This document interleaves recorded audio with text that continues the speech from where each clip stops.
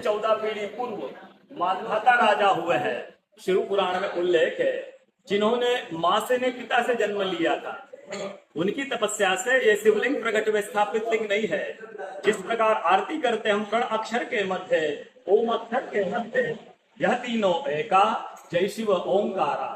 एक ही शिवलिंग में ब्रह्मा विष्णु महेश निराकार धरती से प्रकट हुए हैं।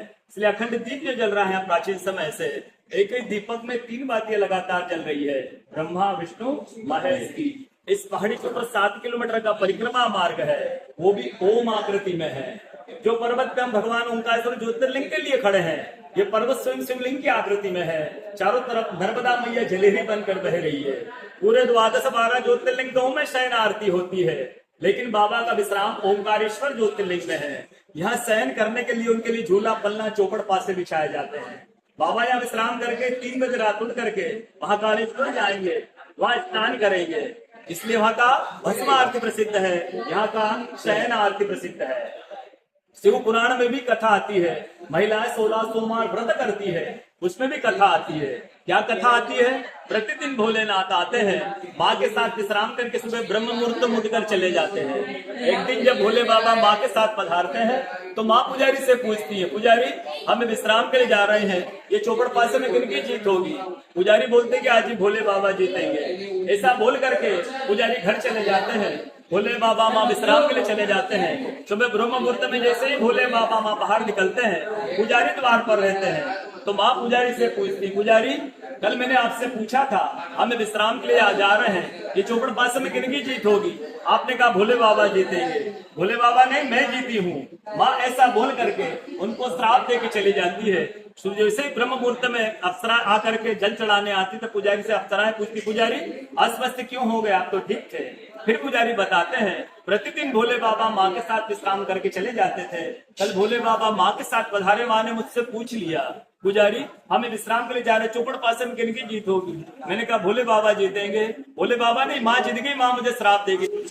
अप्सराएं बोलती चिंता न करो, हम अंदर जाकर शिवलिंग पे जल चढ़ाकर फिर अब इसका उपाय बताएंगे। अप्सराएं अंदर जाकर पूजा कर बाहर आकर बोलती, पुजारी आप 16 सोमवार व्रत कीजिएगा, व्रत करते स्वस्थ हो जाएंगे, व्रत करते ठीक हो जाएंगे।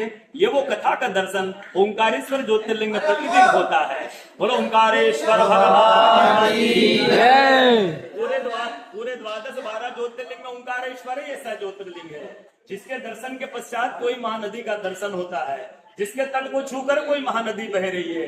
आप काशी जाएंगे, गंगा जी दूर है। आप उज्जैन जाएंगे, क्षिप्रा जी दूर है। आप सोमनाथ जाएंगे, समुद्र है।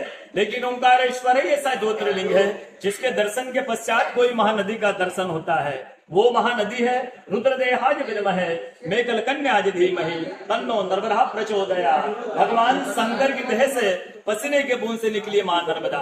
भारतवर्ष में जितनी नदियां हैं सब उत्तर दक्षिण दक्षिण उत्तर की ओर बहती है, लेकिन मां नर्मदा उदय से अस्त की ओर बहती है, पूरब से पश्चिम की ओर बहती है। सब नदियों में नर्मदा ही नदी ऐसी है जिसके जितने कंकर हैं सब शंकर हैं। नर्मदा पुराण में ये भी कहा गया है कि नर्मदा जल के स्पर्श होने से जो शिवलिंग निकलता है उसको डायरेक्ट पूजा कीजिए, उनको प्रतिष्ठा की आवश्यकता नहीं है। नर्मदा जल स्पर्श होने से वो स्वयं प्रतिष्ठित हो जाते हैं। अयोध्या में जब रामलला जी की स्थापना की गई थी, जब 2.5 फीट का नर्मदा का शिवलिंग ओंकारेश्वर से ले जाकर के अयोध्या में रामलला जी के साथ स्थापित किया गया है। पुराणों में कहा गया है, रेवा तटे तपम कुर्यात् मोक्षदायिनी गंगा।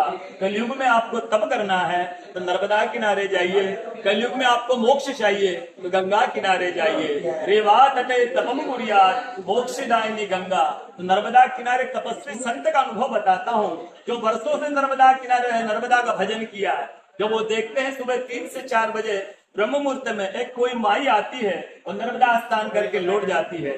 संतों को जिज्ञासा हुई, मैं वर्षों से इस माई को देख रहा हूँ, नर्मदा स्नान करके लौट जाती है। कल मैं माई से पूछूंगा कि माई आप कौन है? सुबह 3 से 4 बजे ब्रह्म मुहूर्त में वो माई नर्मदा स्नान करके जैसे ही लौटती है, संत दौड़ते जाते हैं माई के पास, माई को साष्टांग दंडवत प्रणाम करके पूछते हैं, माई मैं वर्षों से आपके दर्शन कर रहा हूँ, नर्मदा स्नान करके लौट जाती है, माई अपना परिचय दीजिए।